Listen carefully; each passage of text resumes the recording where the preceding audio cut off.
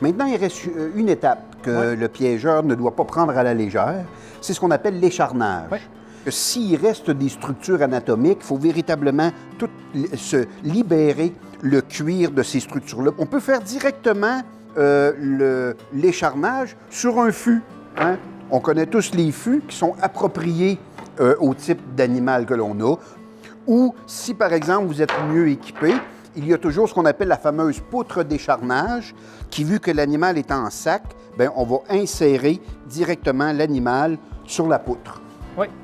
Donc, voyez-vous ici, toutes ces structures-là vont être retirées. Donc, je les enlève.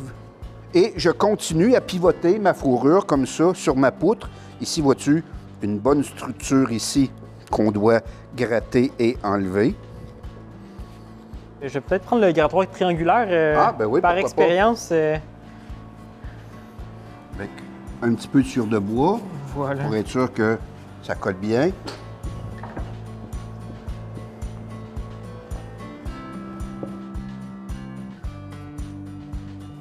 Fait qu'on fait le tour de la fourrure comme ça, voir à l'intérieur des pattes s'il n'y aurait pas des choses qu'on aurait oubliées, des genres de grands nerfs. Les nerfs que tu me parlais, Sylvain, C'est ça. on les voit bien. Fait qu'une fois que la fourrure, Alexandre, est toute bien grattée, toute bien écharnée, Oui. je prends quelques instants pour terminer la tête. Je prends mon petit couteau, moi, puis je viens juste chercher ça délicatement pour terminer le travail, peaufiner le travail. On met ça sur le fût? Oui, tout à fait. Parfait. Donc ici, les lynx juvéniles sont un peu plus étroits, étant donné que l'animal est plus petit. Donc ici, on l'étire de façon normale. Très important de la centrer. Je viens lui mettre une première punaise du côté droit et une deuxième du côté gauche. Ensuite de ça, dans les côtés, je viens ici lui en positionner une autre et ici, à la même hauteur, une quatrième.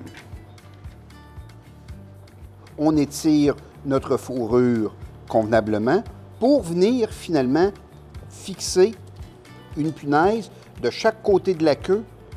J'en descends comme ça 4-5 jusqu'à l'extrémité de ma patte. Petite précaution au niveau du pied, Alexandre, je recommande de le revirer un peu à l'envers. Donc, tu sais, j'essaie d'être égal et régulier. Beau travail, ça. Au travail. Et on n'oublie pas la queue. Hein? On Oui. a fendu la queue. Donc, je mets une punaise du côté gauche, une punaise du côté droit. Ce qu'il faut, c'est d'étaler convenablement le cuir de ma patte, comme ici, une punaise à gauche, une à droite. Et je descends comme ça, systématiquement, jusqu'à mon pied. Il faut se rappeler que lors du séchage ou du pré-séchage, le cuir a tendance à venir coller sur le fût.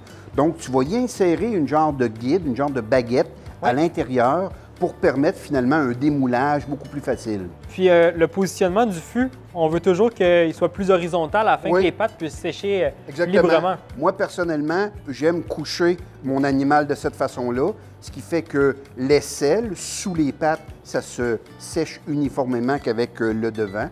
Bon, bien parfait, j'ai bien hâte de voir le résultat après. Donc là, ça fait à peu près 24 heures qu'on a moulé la fourrure pour qu'elle sèche. Oui. La fourrure est sèche, mais pas trop, est encore assez humide pour être travaillée puis revirée. Absolument. Donc on ne veut pas la casser non plus. Fait que si tu me donnes un coup de main, on va enlever les punaises en pré-séchage. Pour ceux qui se poseraient la question, qu'est-ce qui va se passer avec les pattes avant lorsqu'on va la revirer de bord? Bien, les pattes avant vont rester à l'intérieur. Juste assurer que le cuir est bien sèche. On revire ça complètement à l'intérieur. Super. Juste par la force de nos pouces. Super. Toujours important de brosser sa fourrure pour la commercialiser puis garder le poil beau. Oui. Puis le valoriser. Parfait. Donc, on va venir la remouler sur le moule.